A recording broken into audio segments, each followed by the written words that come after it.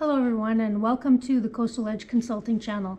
My name is Melissa Kettler. So today I wanted to do something a little bit different because I feel like my previous videos are more around some kind of formal training techniques, etc. on leadership. Whereas today I just want to have more of a conversation around some of the trends that I've been seeing when talking to my colleagues and other leaders that are currently struggling in some areas.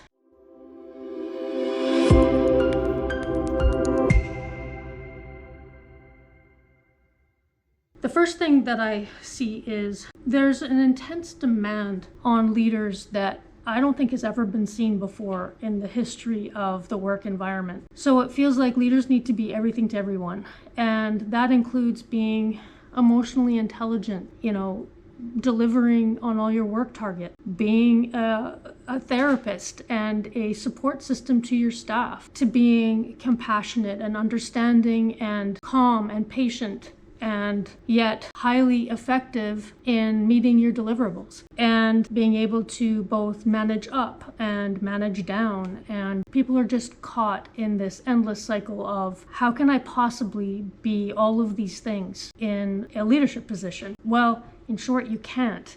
What you need to keep in mind is leaders are humans first and fallible. And also that humanity is fraught with things like potential burnout and feeling, the imposter syndrome, which if you don't know what that is, you can check out one of my other videos. Always feeling like there's just too much. The demands are too heavy. And it's a burden that many people don't want to carry. But let me tell you, leadership has so many rewards. Just remember that if you lead team members, they're really relying on you to make their work environment someplace where they feel like they want to show up every day. And you make all the difference. If you look at all of the psychological safety information, leaders hold 90% of creating that psychological safety environment. Almost everything leads back to how the leader shows up. But that doesn't mean that your own mental health and your sacrifices don't matter. They do. So there are a lot of tips out there on what you can do as a leader to kind of keep yourself grounded, keep yourself from that burnout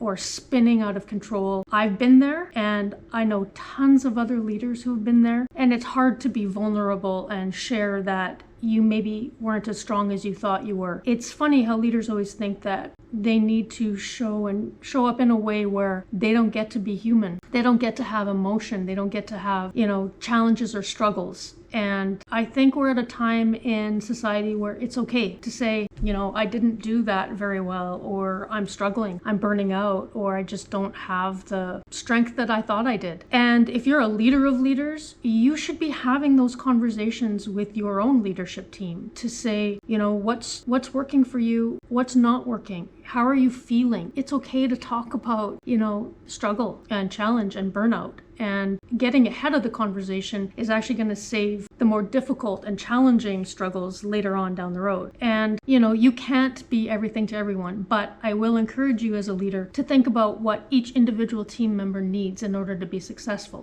Sometimes we think, well, this is just how I lead. It's not the best approach. We really need to be thinking about what does that individual need specifically? Because as humans, we're all unique. We need different things. We are successful in different types of environments with different kinds of supports. So always keep that in mind. And if you're not feeling like you have the tolerance level that you thought you should have, then be honest about it. Vulnerability is not weakness as much as people will try to convince you that that's the case. It isn't. And if you're in an environment where they think that vulnerability is weakness or that humanity is weakness, probably you're not in the best environment, and you need to protect yourself. Your own self-care has to come first. If you don't take care of yourself, how are you expected to take care of others on your team? You don't want your team members to feel that upset in the pit of their stomach on the Sunday night before they start work. You really want them to enjoy coming to work and the people that they work with. You can't always control necessarily that they're going to love the work they do. That's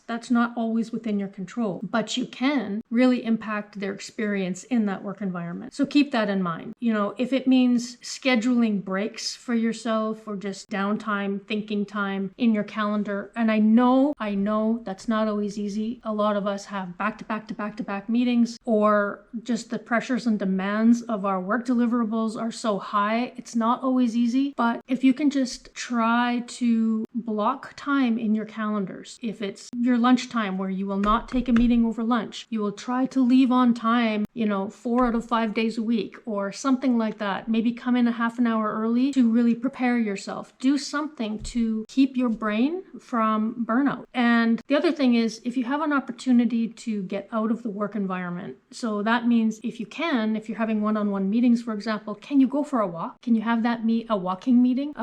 It's not always possible. I get that. Work-life balance doesn't just impact the employees, it impacts you too. You really need to prioritize yourself and your own self-care. So that's kind of what I wanted to talk about. There's a lot of shifting sands right now with the future of work and AI and technology, and I think that those unknowns are really creating a lot of additional stressors for leaders, for team members, and it's time for people to just start having those true conversations and, showing up in a way where we understand and we can show that support and humanity. And emotional intelligence is important. Empathy is important. And the more you can be an empathetic leader, the more you're going to have success and you're going to be able to stay balanced and stay the course. And remember all the rewards that leadership brings. You are really making a difference for people in the workplace. And it's hard to remember those things when you're struggling yourself, but it matters. And when you show up in a way that has a negative impact on your employees, think about how that employee might then go home and how that will impact their family dynamic or how it impacts others in the work environment. So just keep in mind that you do have such an important role to play and stay the course if you can. If you need any other advice, please feel free to reach out to me. Ask me a question in the chat. I would love to hear what's on your mind. What are your struggles and challenges that you're seeing in this kind of new environment where the expectations on leaders have never been higher? I don't think there's been a time where people expect leaders to be everything and infallible. So leave me a comment, leave me a like, and I'm,